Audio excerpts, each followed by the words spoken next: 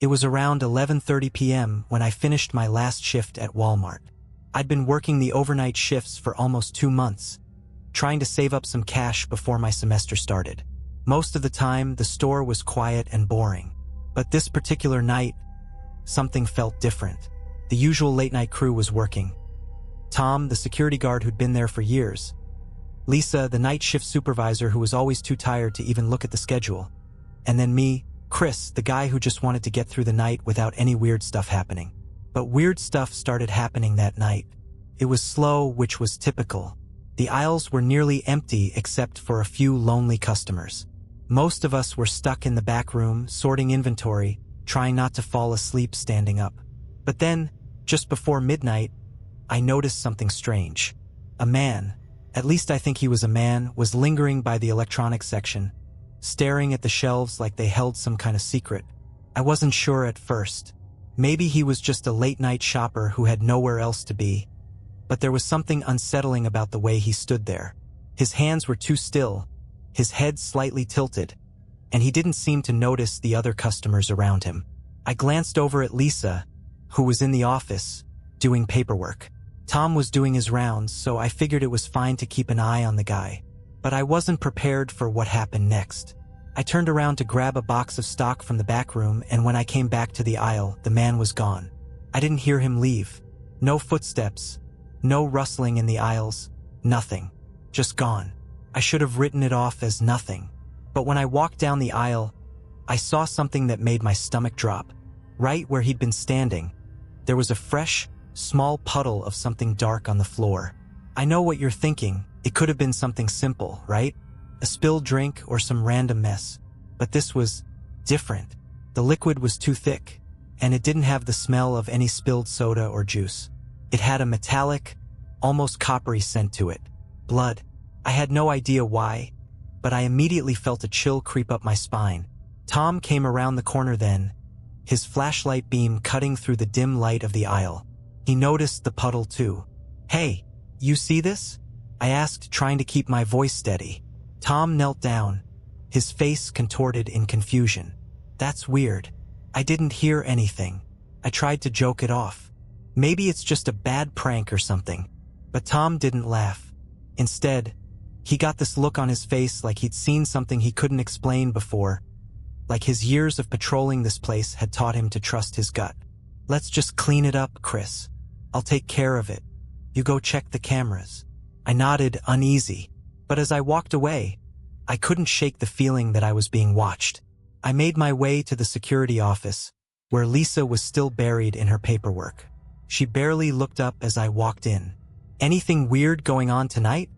I asked, half joking, half serious. Her eyes flicked toward the monitors. "Nothing except that damn guy in electronics. I swear I've seen him before." That stopped me in my tracks. I hadn't told her about the man yet, and now she was talking about him like she knew him. "Wait, what? You've seen him?" I asked. Lisa looked at me, her face suddenly pale. "Yeah, a few months ago. Same place, same time. He always shows up right before the shift ends." My heart raced. "Are you saying he's been here before?" Lisa didn't answer. Instead, she turned her attention back to the monitors. "Just keep an eye on him. I don't like it when people wander the store at this hour." That's when I realized how wrong everything felt.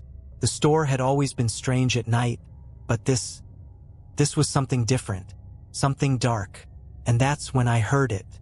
A soft, faint noise, like a whisper, came from the aisle behind me. I froze. The whisper was so faint, I wasn't even sure I'd actually heard it at first. My ears were on high alert, but there was no denying it now. Someone or something was in the aisle behind me. I glanced over at Lisa, who was still focused on the monitors. Tom had gone off to clean up the spill, so it was just the two of us in the back office. I didn't want to sound paranoid, but I couldn't shake the feeling that something was wrong. I got up, trying to stay as quiet as possible, and made my way back into the store. The fluorescent lights buzzed above me, casting strange shadows that seemed to shift and move out of the corner of my eye. It was too quiet, too still. I crept down the electronics aisle, the spot where I'd last seen the man. The shelves were lined with TV screens, radios and phones, all glowing faintly in the darkness. But there was no sign of the man. No puddle, no dark stain on the floor, just the hum of the electronics. But as I turned to leave, I saw something that made my blood run cold. A reflection. In the screen of an old flat-panel TV, I could see the outline of someone standing behind me. The reflection was distorted, but there was no mistaking it. There was a figure, tall, thin, and looming in the dim light, standing just a few feet behind me. I spun around, my heart pounding in my chest. But there was no one there. Nothing. I felt a surge of panic hit me, and I backed away from the aisle, my feet stumbling as I tried to make sense of what I was seeing. Was I imagining it? Had the exhaustion of the late shift gotten to me? But then I heard it again. The whisper. This time it was louder, clearer. "Chris?" I turned, but all I saw was the empty aisle stretching out in front of me. My body was frozen in place, but my mind was racing. I couldn't explain it. The voice was soft, almost like it was being carried on the air, but it was unmistakable. It knew my name. I quickly darted back toward the security office, but as I passed through the aisles, I felt something following me. The hairs on the back of my neck stood up as I sped up my pace. The store seemed to grow darker, even though the lights were still on. The noise of the whisper was almost overwhelming now, echoing in my mind. I reached the security office, slamming the door behind me. Lisa looked up, startled by the noise. "What's going on?" she asked, her brow furrowed in confusion. I didn't know how to explain it. How could I tell her that I had just heard a voice? But there was no one there. How could I tell her that I felt like I was being hunted in my own workplace? "I think I need to go home," I said, my voice shaky. Lisa stood up, walking over to the door. "You okay? You don't look so good." Before I could answer, the lights flickered. The sound of static filled the room for a brief moment, and then the screens on the monitors went black. The silence was deafening. Then, in the pitch-black room, I heard the whisper again. Closer this time, almost right behind me. "Chris!" I spun around. My breath caught in my throat. And there, standing in the doorway, was the man. But he wasn't just standing anymore. He was leaning in, his face distorted with a grotesque grin that stretched unnaturally wide. His eyes were hollow, empty voids that seemed to swallow all the light in the room. I couldn't move, couldn't breathe. Felt like the walls were closing in on me. The man, whatever he was, took a slow, deliberate step forward. "Get away from me!" I managed to yell, but my voice was weak, like it was being swallowed by the air around me. The man didn't respond. Instead, he reached out with a hand that was too long, too thin. His fingers hovered in the air, inches from my face. And that's when I saw it. The shadow in the corner of the room, just behind him. It wasn't a person. It was something much darker. Something that couldn't belong in this world. In that moment, I understood. This wasn't a man. It wasn't a prank. This was something far worse. And it was here.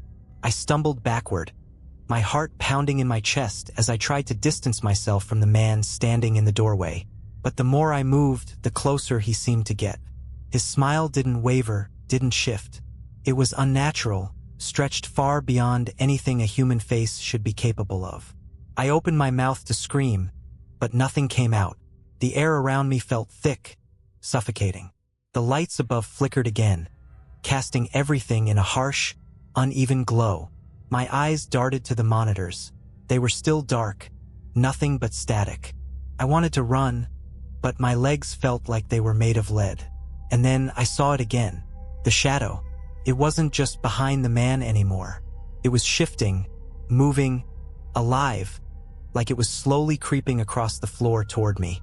It had no shape, no form. It was pure darkness, and it seemed to distort everything it touched. It was like the very essence of the room was being sucked into it, swallowed whole. What do you want?" I managed to croak, my voice barely above a whisper. The man didn't respond. Instead, his mouth opened impossibly wide, as if it could stretch forever, revealing rows of sharp, jagged teeth that gleamed like knives in the dim light.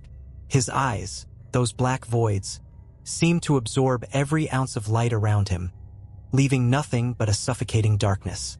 And that darkness was spreading. The air felt colder, heavier. I could feel it pushing against me, like it was trying to crush me into the ground. My thoughts were a blur. I needed to escape. I had to get out of there. I turned, bolting toward the back exit, desperate to reach the emergency door. But the moment I moved, the shadow surged forward. It wasn't just in the corner anymore. It was everywhere, creeping along the walls, the floors, the very air around me. I was trapped. Suddenly, I heard it. A loud crack followed by a thundering crash came from the aisle behind me.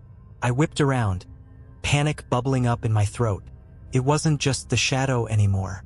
The man had moved. He was right there, his eyes locked with mine, and I swear I could hear my own heartbeat in my ears. My body refused to move, as if something was holding me in place. His grin widened, but it wasn't a smile. It was a promise of something far worse than death. Leave. The voice was deep, almost a growl, and it reverberated in my chest like a warning. It was the voice of something ancient, something evil. I had to get out. I couldn't stand there any longer. I turned and ran. I sprinted toward the back exit, the sound of my footsteps echoing in the silence. But the closer I got, the darker it became. The lights were completely out now, and all I could hear was the shuffling sound of something following me, crawling in the dark. It was behind me.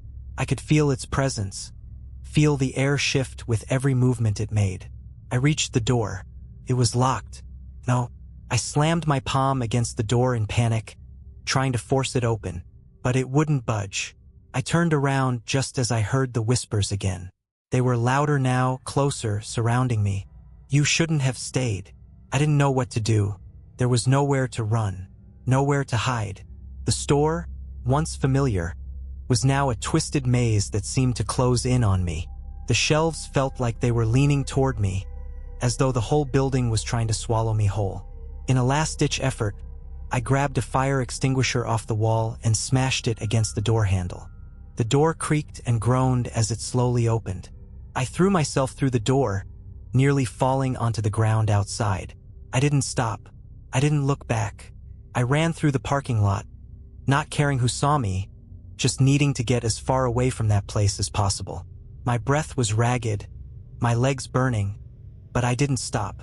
I didn't even slow down. I ended up in my car, locked the doors, and sped away without a second thought. The thing was still out there. I don't know what it was, but I knew one thing for sure: it wasn't human. And I'll never, ever go back to that Walmart again. The night didn't end when I left Walmart. Felt like it had only just begun. I barely managed to make it home, my mind racing with 1,000 questions I couldn't answer. I had to get some sleep. I had to forget what happened, if just for a few hours. But when I lay in bed, all I could hear were those whispers. Chris, they echoed in my mind. I could still feel the presence of that thing, its eyes watching me even from miles away. My body was exhausted, but my brain wouldn't shut off. I kept seeing flashes of the man's distorted face, his hollow eyes, that grin too wide to be human. And I knew, deep down, that this wasn't over. Couldn't be. The next day I called in sick. I couldn't go back there, not after what I'd seen. But I wasn't sure if I had a choice. I couldn't shake the feeling that Walmart was watching me, waiting.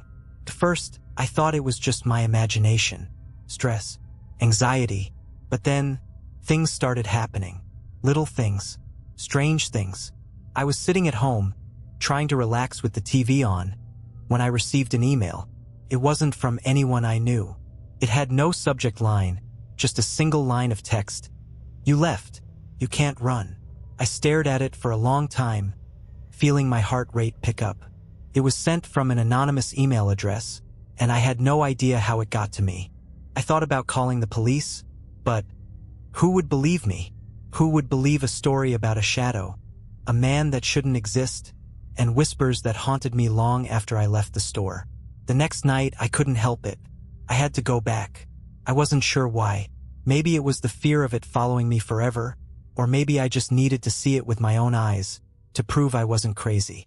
But I drove to Walmart again, my car pulling into the parking lot under the harsh fluorescent lights. Felt different this time. The air was thick, suffocating, and as I stepped out of my car, a strange chill crawled down my spine. The doors to Walmart slid open with a soft hiss. I stepped inside, but the store was empty, too empty.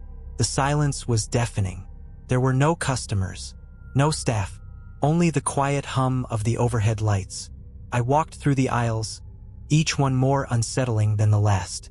It felt like the walls were watching me, like the store itself had become a living, breathing thing. And then I heard it, the whisper. It came from the back of the store, just past the aisle of cleaning supplies. "Chris," I froze. I knew that voice. I couldn't see anything, but I knew it was there, waiting for me. I could feel it. My heart pounded in my chest as I turned and bolted down the aisle, desperate to get out, but the lights flickered again. The store seemed to warp around me, the shelves stretching, the shadows growing deeper. And then I saw him, the man. He was standing at the end of the aisle just like before. His eyes were black as night, hollow and empty, staring directly at me. His grin had grown even wider, impossibly wide, as if his mouth could stretch to the edges of the world. "You came back," he said, his voice barely a whisper, but I could hear it clearly, like it was coming from the very air around me. Couldn't breathe, couldn't move. I could feel the darkness closing in, swallowing the light, pulling me toward it. "Leave, now." I tried to scream, but the words wouldn't come. My legs were frozen, and the floor beneath me felt like it was turning to quicksand. The shadows were crawling up my legs, pulling me down. But then, something strange happened. A loud crash echoed from the far end of the store. I don't know what it was, but it sounded like something, or someone, was breaking through the walls. The man's eyes flicked toward the sound, and for a brief second, I saw a glimpse of something bigger, something darker. The shadows around me pulled back. The man's grin faltered, and I took that as my chance. I ran. I ran faster than I thought I could. My feet were barely touching the ground as I sprinted toward the exit. I didn't look back. I didn't care if I was hallucinating. I just needed to leave. When I reached the doors, I slammed into them, pushing them open with all my strength. I tumbled out into the parking lot, gasping for breath, my body trembling. I got into my car. I drove home as fast as I could, my hands shaking, my heart hammering in my chest. I haven't been back to Walmart since. I don't know if I'll ever go back. Something is still there, watching, waiting. I can't escape it. I know it's only a matter of time before it finds me again. I thought I had escaped. I really did. For a week after that night, I stayed far away from Walmart. I stayed home, tried to distract myself, and hoped the nightmares would stop. But deep down, I knew this wasn't something you could outrun. It was on a Tuesday morning that I received the final email. The subject line was simple: "It's not over." I opened it without thinking, my heart sinking as the message loaded. "You left, but you didn't escape. Walmart is a part of you now." I slammed my phone down in disgust, my hands shaking. My mind raced. I tried to convince myself it was just a prank. Maybe someone who had worked there before, maybe a sick joke. But in my gut, I knew that wasn't the case. This wasn't something I could explain away. I started getting calls, unknown numbers. I ignored them at first, but they kept coming.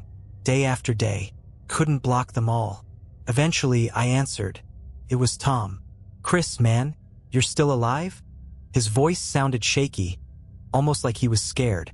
Tom had never been afraid of anything in the store. He was the one that dealt with the weirdos and the late-night troublemakers. But now, I could hear the fear in his voice. "Tom, what's going on? What the hell is happening?" There was a long pause before he spoke again, his voice barely a whisper. "I saw it. Last night. It's not just you. It's all of us. It's inside the store." "What do you mean?" I asked, my heart pounding. "I mean, it's everywhere. The man. The thing you saw? It's not just a ghost, Chris. It's something worse. The store, it changes. You don't just leave it. You can't. Not completely. I felt a knot tighten in my chest. What are you talking about? What happened to you? Tom didn't answer right away. Then, his voice broke through the silence, low and trembling. I saw it too, and now it's following me. It won't let me leave.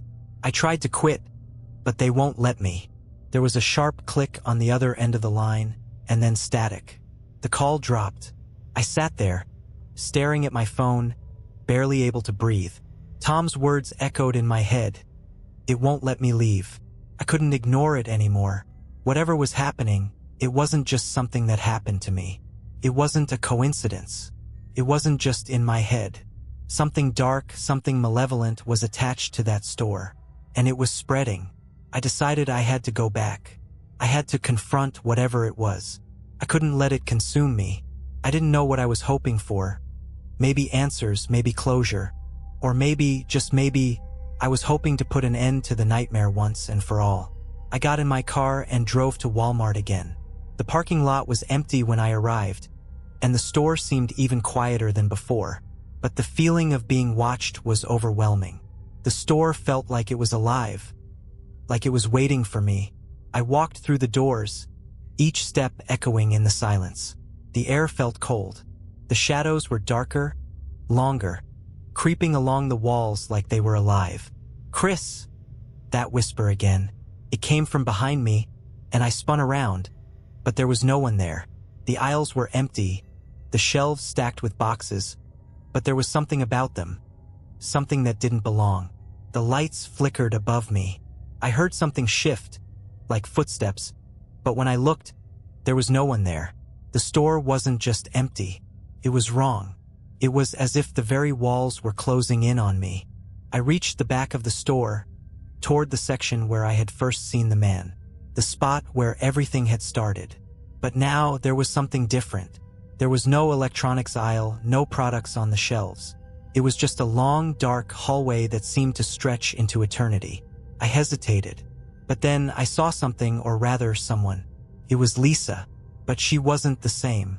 Her eyes were hollow, empty. She was standing at the end of the hallway, staring at me with that same twisted grin I'd seen on the man's face. "Lisa," I called, my voice shaking.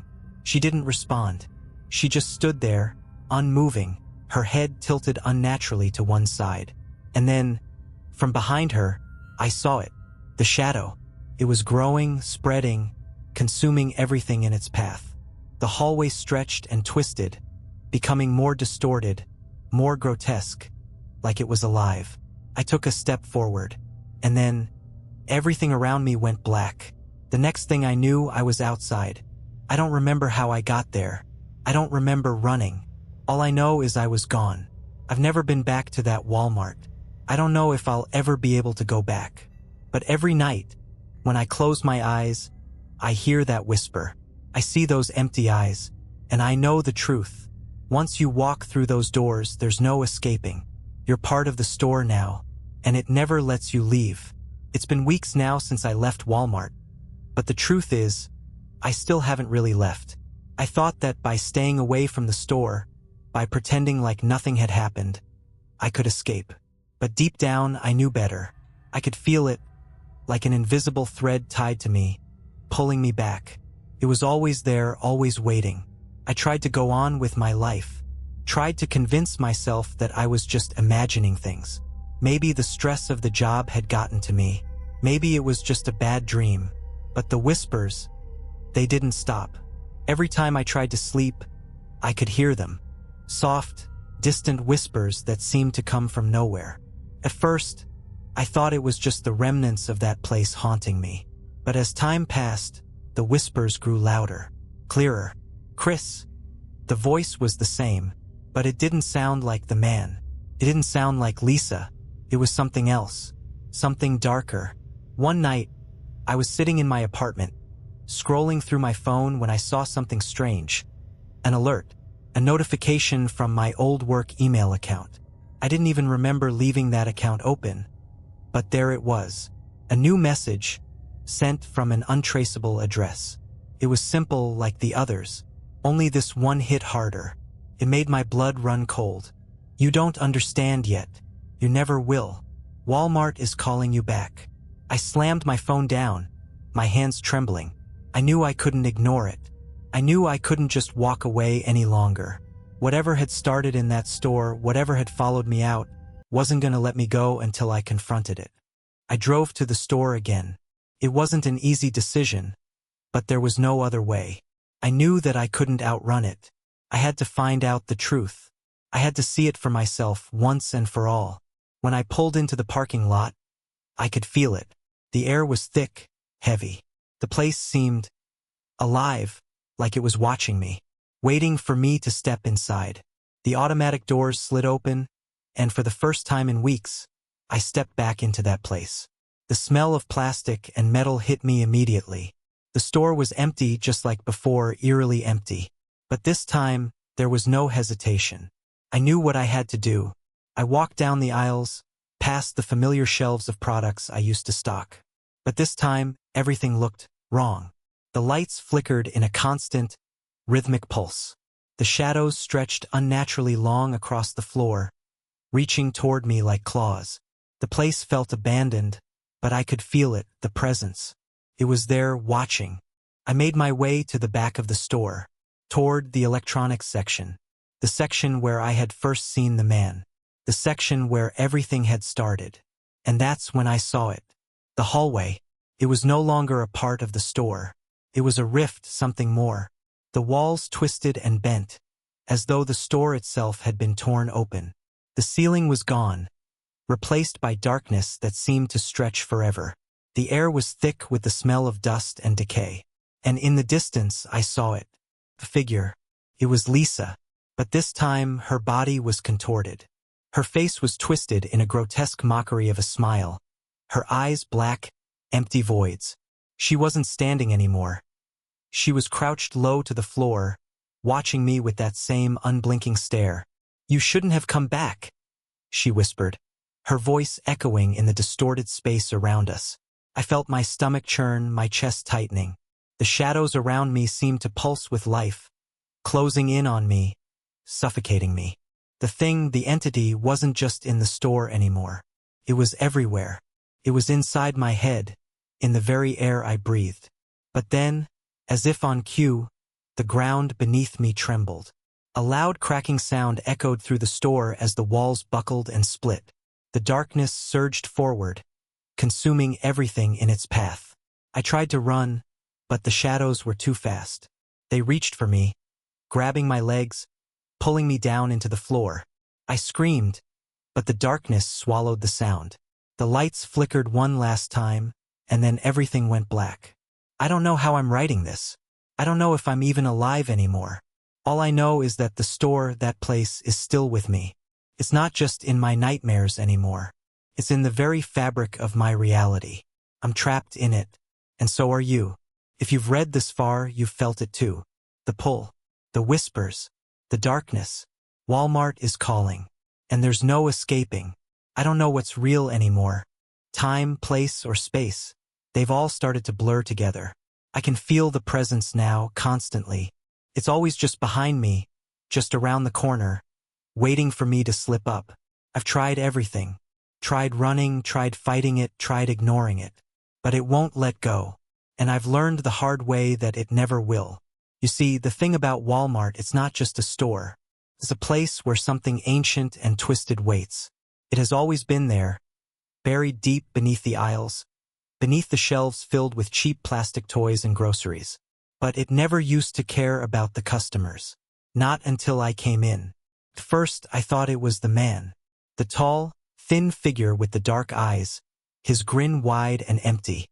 But that was just the surface. The man? He was just the messenger, the face of something far worse, something that lurked in the shadows, twisting the very fabric of reality itself. And now it has followed me, into my home, into my dreams. Everywhere I go, I feel its presence. I hear the whispers, and I can never escape.